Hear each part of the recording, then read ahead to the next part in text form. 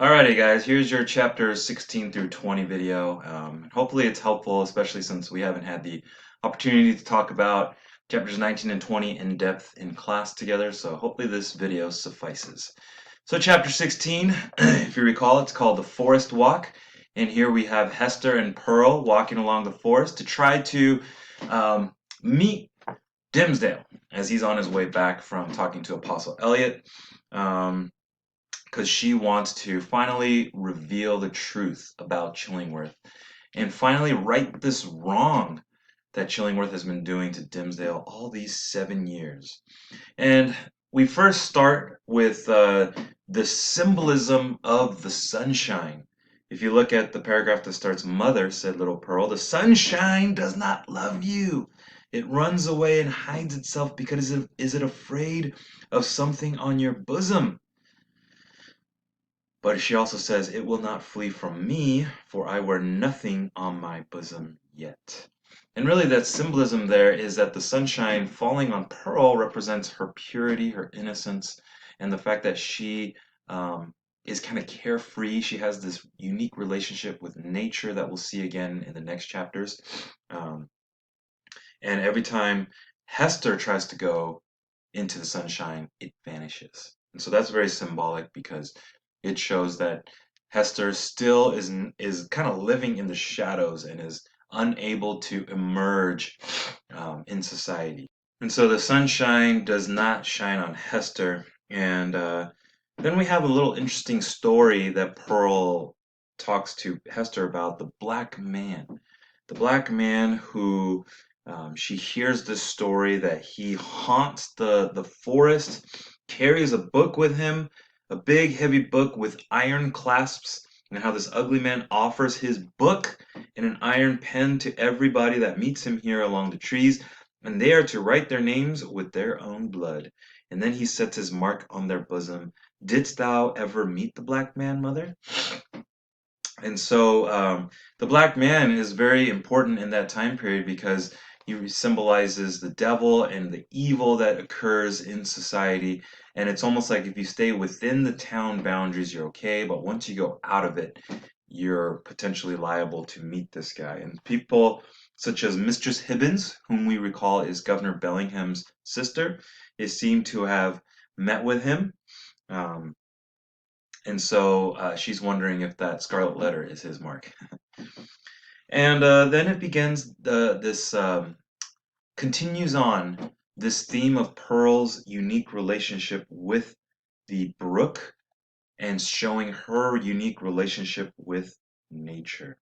And in fact, it says that Pearl resembled the brook inasmuch as the current of her life gushed from a wellspring as mysterious and had flowed through scenes shadowed as heavily with gloom. But unlike the little stream, she danced and sparkled and prattled airily along her course. So she's like this the stream herself, and she kind of goes as she pleases.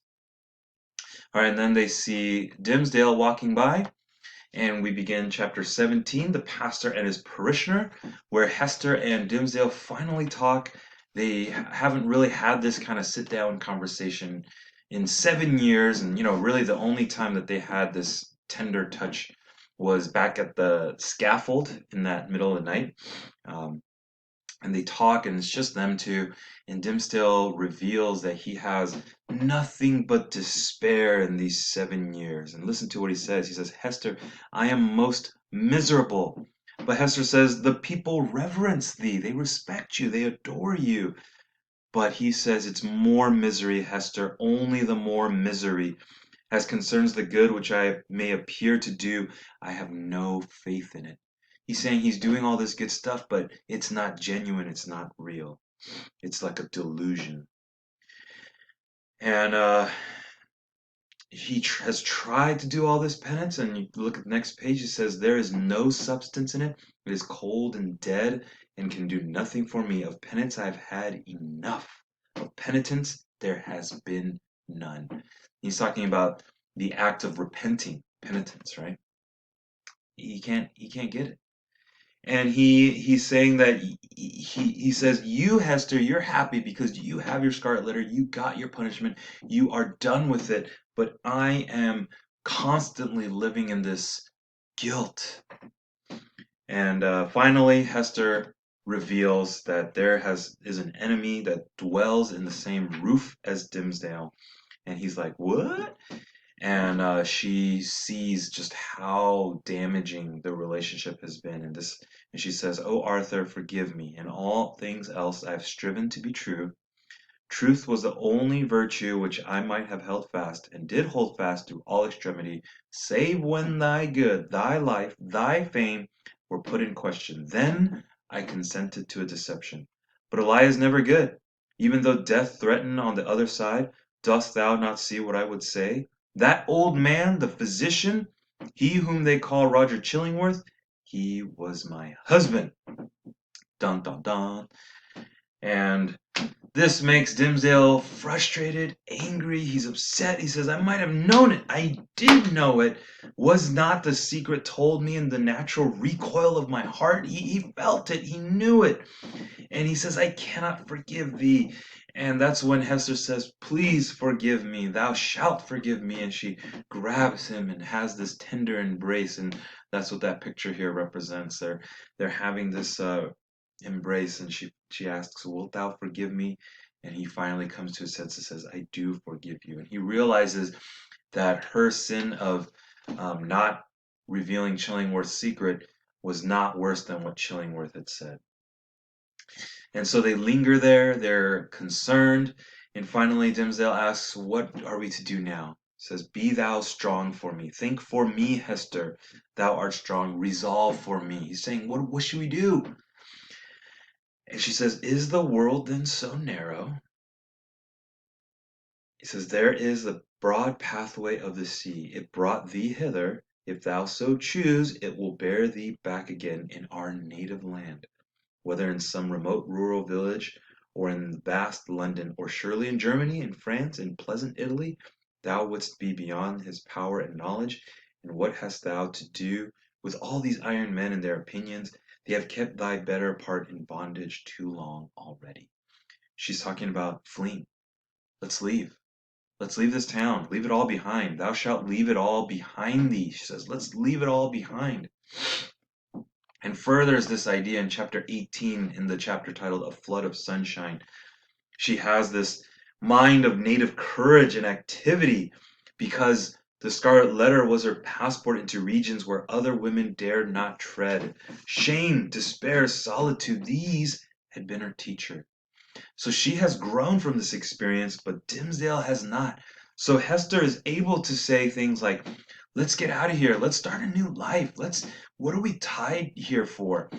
But Dimmesdale, he hasn't had that opportunity to really reflect on his place here, and he can't. It says here, Hester, the whole 7 years of outlaw ignominy had been little other than a preparation for this very hour.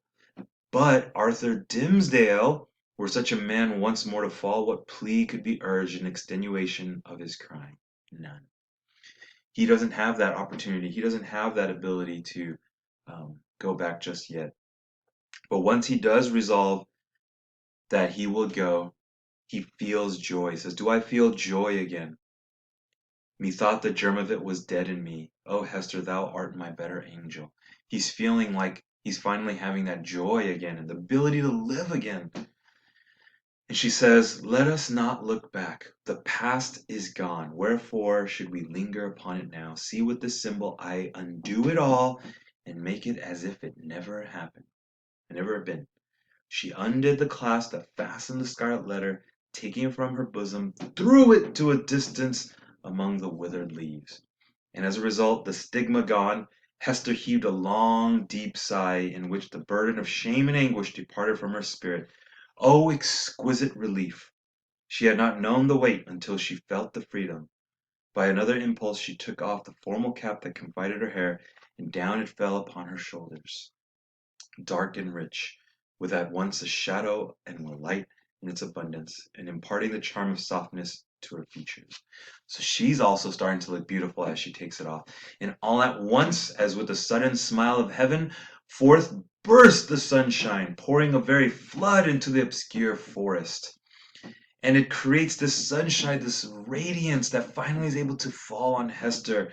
because she is able to feel that burden of guilt off of her. And then Pearl comes by, and Hester is like, we need to be reunited as a family again. And so she calls over to Pearl. And this whole time, Pearl has just been playing with the nature and playing with the surrounding around her, further solidifying that symbolism that she is um, has this unique relationship with nature. So the last three paragraphs of that, or the second to last two paragraphs of this chapter really solidify Pearl's relationship with nature. And chapter 19 is called The Child at the Brookside. And here we have Pearl returning back. And I like this picture because it really shows what's going on here. See, Hester's got her hair down, and Pearl's coming back to them. And there's a little brook, a little stream that's separating the two. And Pearl hesitates. And she's walking a little bit slowly. And it continues the theme of Pearl's relationship with nature, where it says here, just where she had paused, the brook chanced to form a pool so smooth and quiet that it reflected a perfect image of her little figure, with all the brilliant picturesqueness of her beauty and its adornment of flowers and wreathed foliage, but more refined and spiritualized than the reality. And it continues like it's almost like she's one with nature. But you can see, and you see in this picture here, and you see from the text that the child and the mother were estranged. They were separated. They weren't quite connected, and it was through Hester's fault, not Pearl's. And this brook is this symbolic boundary. She can't come to Hester because Hester's missing the Scarlet Letter. And what she does, Pearl, is she points her small forefinger, at the bosom. And Hester says, why do you not come, thou strange child? Why dost thou not come to me? Pearl still pointed with her forefinger, and a frown gathered on her brow, the more impressive from the childish and almost baby-like aspect of the features that it conveyed. As her mother still kept beckoning to her, and arraying her face in a holiday suit of unaccustomed smiles, the child stamped her foot with a yet more imperious look and gesture.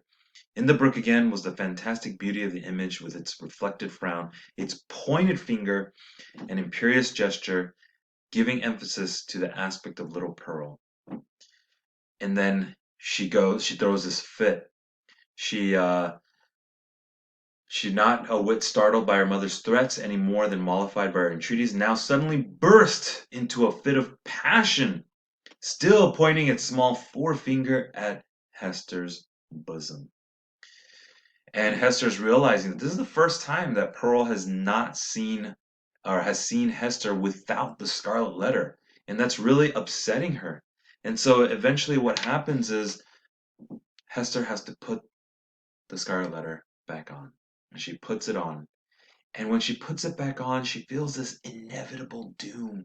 She calls the scarlet misery. She even ties her hair back up and puts the cap on, symbolizing the fact that she is stuck, she is trapped. And then with all that occurring, with the symbol back on, with her cap on her head, her beauty, her youthfulness, her warm motherly looks, all just vanish.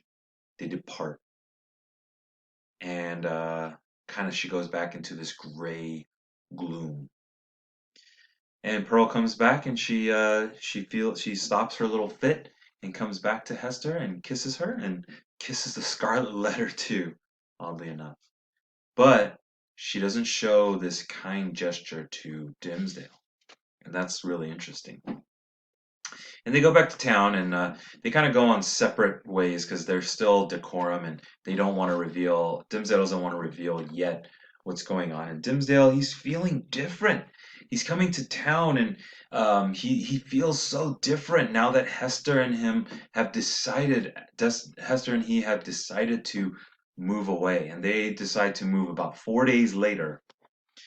And he feels so different, and he's glad that they're leaving 4 days later because he wants to give what's called the election sermon, a very important sermon that he gives every year. And he feels like that's the best time to terminate his professional career. But as he's coming back to town, he feels different and he wants to tell everybody that I am not the man for whom you take me. I left him yonder in the forest, withdrawn into a secret dell by a mossy tree trunk and near a melancholy brook. He's trying to convey that he's changed. He's different. He's not the same unique, um, pure minister that was there before. And there's four instances of his change as well. First, he meets one of his deacons, an important church leader.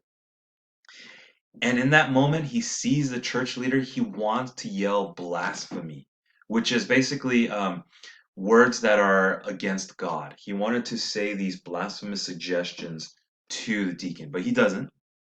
Then he sees the eldest member of his church, a female member of the church, and he usually gives words of encouragement and words of scripture to her, but in that moment, he could recall no text of scripture. And then the third instance is he sees this young, beautiful girl, woman from his church, and in the moment he had this temptation to um, potent to blight all the field of innocence with but one wicked look, meaning he wanted to at that time um, basically take away her virginity and kind of make her not pure anymore. But he doesn't do that either. He hides his cloak and walks away. And the fourth and final act that he shows that he's changed is he wants to go to these group of Puritan children and teach them swear words and words of defilement. And so he's recognizing how he's changed, and Mr. Hibbins sees him and also notices his change and says, "Hey, you've been by the forest, eh? Let me know next time. I got friends over there, and I'll help you get to know some of the people in there." And the chapter ends with him finally going home and Chillingworth saying, "Hey, welcome back. You look terrible. Do you need some kind of medicine to help you because you're still writing that election sermon and hey, I can help." And finally, Dimsdale, with the full recognition that Chillingworth is the one who's causing him this despair, says no and decides that he's not going to get any help from him. And so they have this kind of tumultuous interaction, and he rejects Chillingworth. And then he gets the sermon that he's been working on, flings it into the fire, and begins to write a completely new one.